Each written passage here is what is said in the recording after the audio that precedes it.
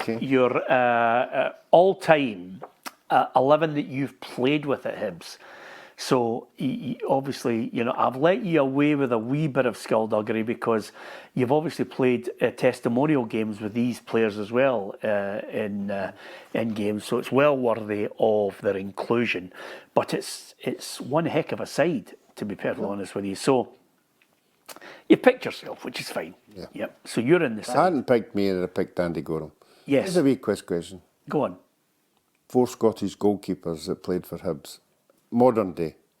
Well, you've got Jim Leighton, Andy Goram and yourself. And I've just got to get the fourth one. Is it a trick one? No. Did he play in a testimonial match? No. None of that rubbish, is it? No. So the fourth one is a Hibs goalkeeper that played for Scotland. Yep. Right. What decade are we talking? After these 3. After these three. Right. Okay. That's. Was it? What can I ask you this? Was it an outfield player who ended up having to go in goal? No. Because I know what you're like. You're mega sneaky. No. Right. Okay. So it was a veteran who came to the end of his time and then moved there. Yep. Right. Okay. Oh, that's a good one. Well, it's just as well I never asked you to name the other 2 before that 3. Yeah. Can you name one of them? I don't think you'll get the one previous, but you should get the one just before Jim MacArthur and... Is it Herriot? Jim Herriot. Jim Herriot. So you all get the modern one now. And the other one was Tommy Younger. Right, I wouldn't get Tommy They've Younger. So Right. you should get this one. So this is Danone. Yeah. That's bad. That is bad. So it's a Scottish guy after Jim Leighton, after Goram. If I give you a clue, you'll get it. Go on, give us a clue because we haven't got much time left. Played for Celtic. He played for Celtic. He played for Celtic in goal, and I can't even think. I mean, wasn't Marsh, was it? David Marshall. Is that right? Scotland Of course, goalkeeper. so he did. Yeah, I yeah. think he's still there just now in some kind of goalkeeping capacity. Yeah, absolutely. That's a good shout, actually. Live not too far from me. Yeah, good shout, Ruff. That's a good one. Okay, you're back 4. You've gone 4-4-2. You're a traditionalist, Ruffy. Yes. And I look at the team. What's your right back?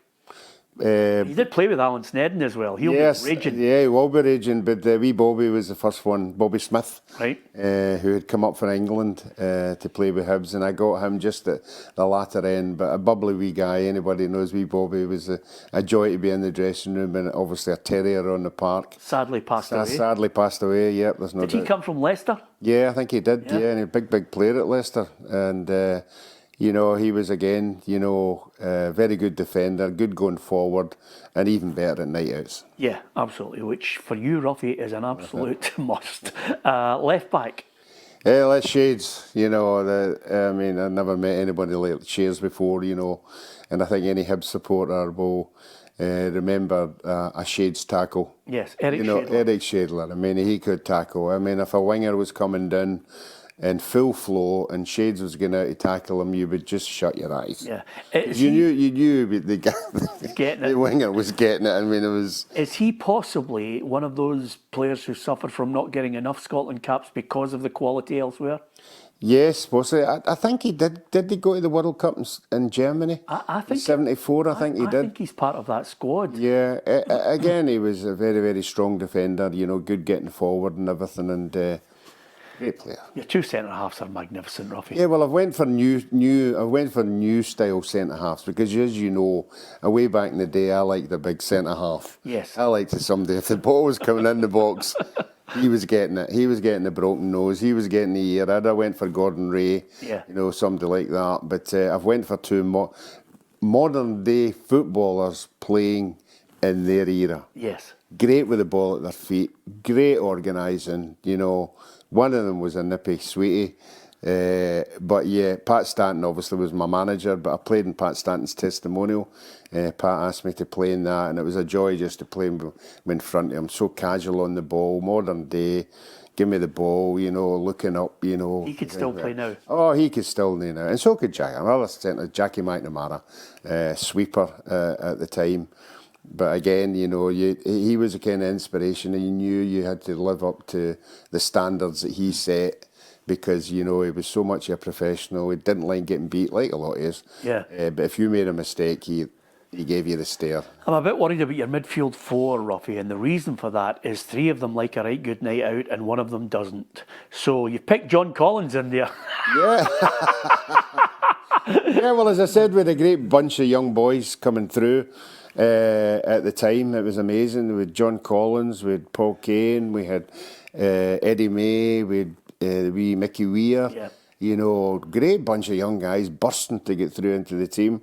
I think Collins, he broke through with Paul. Great professional. Great professional, you know. You picked Kane and Collins in the midfield area. Well, Kane would obviously do all the digging and the dirty work and Yeah. you know, and that kind of stuff, and John would just sort of stroll about. And what about Ralph Callachan? Ralph, elegant footballer, you know, just a majestic on the ball, you know, silky.